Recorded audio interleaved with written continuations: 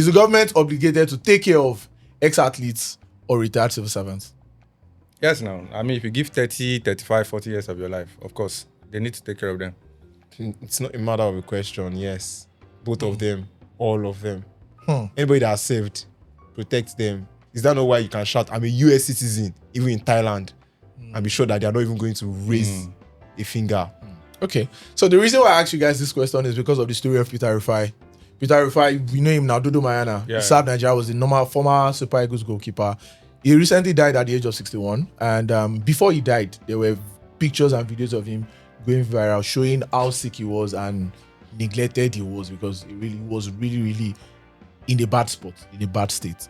And Taribo West, the pastor who prayed for Tinubu, I mean, our Nigerian pastor, the Super Eagles pastor, who prayed for Tinubu said he will get to the position, blah, blah, blah. Today or recently has come out and made a very heartbreaking video and swearing that his son he would never advise his son to represent Nigeria because of what Nigeria did not do for Peter Rufai when he was alive until he passed away. Now, Nigerians have taken it to themselves to defend the Nigerian government and say that Peter Rufai is feeling entitled, or the family is feeling entitled, because Peter Rufai just served Nigeria max 15 years. He represented Nigeria for maybe like 15 years. So why are you telling us that they should still pay you? Are you telling us that Nigeria owe a duty of care to everybody that has run, that has gone to the Olympics, blah, blah, blah, for the country? So what do you guys think? Do you think they are correct? Personally, Yeah. when it comes to civil servants, I feel like, yes, if you retired after a certain number of years, you are entitled to your pension. Yeah. But when it comes to athletes, it becomes a little bit shady. Yeah, there's a little bit of blur lines there. But I think the Nigerian government has to give a particular line, like a particular time interval, and say, okay, if you've served Nigeria as an athlete, as a footballer for a certain number of years, say 10 years minimum, then you are entitled to pension. Okay. Because it's not going to speak well for a country if you have an athlete that has served the country for 15 years, 20 years, maybe 5 years as a runner, maybe a footballer 10 years. And then this same artist or athlete rather is neglected. Is not given the required amount of care and so on and so forth. So I feel like Nigerian government has to give a timeline for footballers, a timeline for athletes, which might not be up to 10 years. And say if you've represented us for this number of years, you are entitled to pension. I will say for a fact that I do not blame those that are coming for Peter Rufai's family saying they're entitled, because some of them definitely have seen the lack of care given to civil servants that do not even earn as much as these athletes actually did earn during their time of service. Yes, we know that actually football actually paid more. You understand? So now let's talk about civil servants that have not even been paid more, that have struggled with peanuts all their lives, not being taken care of. So yes, if they come for Peter Rufai's family saying they're entitled, I get where the entitlement is coming from. But there is one thing in Nigeria that should stop today. Stop sieving out responsibility for the government. Nigerians are the ones that will come and say that you should pay somebody so amount, don't pay somebody so amount, of which the government is capable and should be responsible for the two parties. We come and tell the government that you don't need to, nobody uses kerosene. Kerosene can be high. But petrol, people use petrol daily. Petrol should be subsidized, even if you are going to take subsidy off kerosene. They can subsidize both. We keep making our government look as if we can accept peanuts from them. We can accept their lack of responsibility. You cannot be giving us 50% responsibility if you are actually going to lead the government by the people for the people.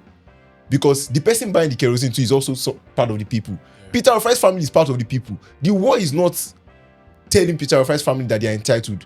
The war is about Peter Rufai died at 61. He was limping and he was in a bad state. The government could not do anything. There should be a body that is caring for people that are in service or that are finished service, that are of old age. Now, pension apart, I mean, now people that actually have done for 30 years, 35 years, that are way, way, way older. I mean, you go to banks and you see places that they say, oh, we attend to pregnant women first, the aged first, the handicapped people first.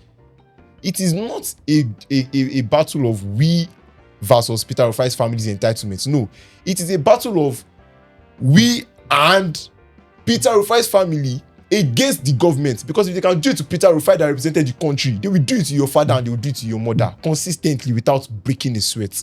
The government is capable of paying this money, collect the money, every single bit of it. Yeah, I agree with you.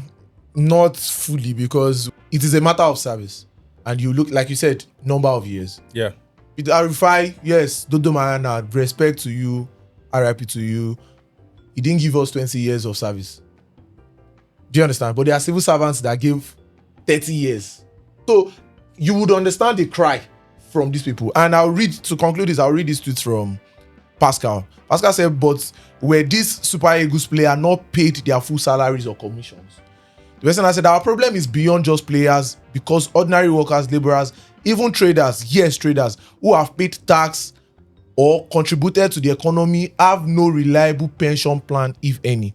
What we need is a wholesome approach to retirement in Nigeria. Yeah. Not just special entitlement or outcry for some, but a sustainable solution for all. And I mean, this person just sums up the whole conversation. To bring out a loophole from that, you can tell me that Peter Rufai gave 15 years, but do you know the amount of training it takes for you to actually maintain the physical condition that you need to maintain to be a professional athlete?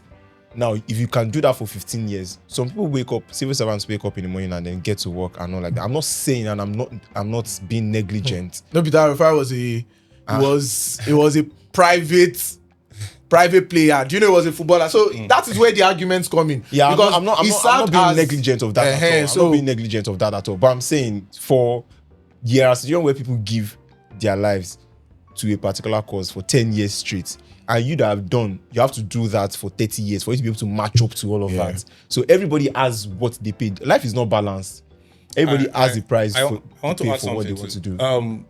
This is not me like trying to speak against Peter Rufai or speak against the dead, but I also want to say I feel like Nigerian footballers of the older times, they are one of the most careless people I've ever seen when it comes to financial.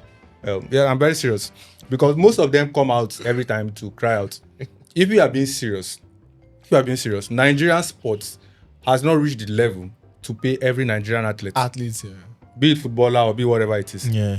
But when they were in service, not even as Nigerian Commission, they were representing clubs and they were earning money for a certain amount of time. They are very careless when it comes to their financial life. Why am I saying that? Peter Rufai was not a poor man when he was a footballer. And I've seen many footballers come out say, we finished football, we are broke. That's your fault. Yes. Don't let us go into that one. Because that's, sincerely speaking, when people are saying entitlement, my mind went there that Alpha Baba, you were playing for top I saw that clubs. side too. Yeah, you were playing that for top side clubs. too. That So side Taribo exists. West, I mean, I didn't take Taribo West very serious actually, but But does not mean that we now neglect them when definitely they've made They also such have financial a decisions. part to play when it Definitely comes to not. their life. Definitely Yeah. not. Hey, and to viewers, you must have enjoyed the content. You must have. Yes. So because you've enjoyed it, you know what to do. Share this content, like, drop a comment, and make sure that you subscribe to our channel. See, that's the only reason why we are here. Subscribe. WHOT Podcast.